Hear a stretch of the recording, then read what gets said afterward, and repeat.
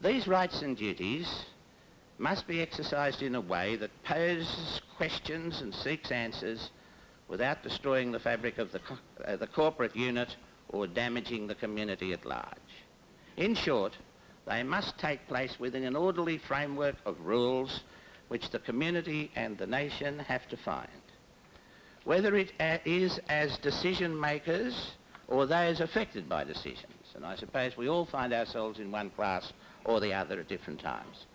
The essence of our society requires free and open discussion based on knowledge and understanding of the facts. Sometimes the facts are obvious and readily available.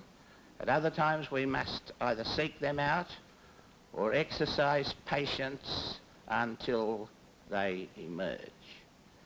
In business, as in government, there is an onus on all of us to achieve responsible decision-making based on real knowledge and understanding with acceptance of ultimate historic responsibility.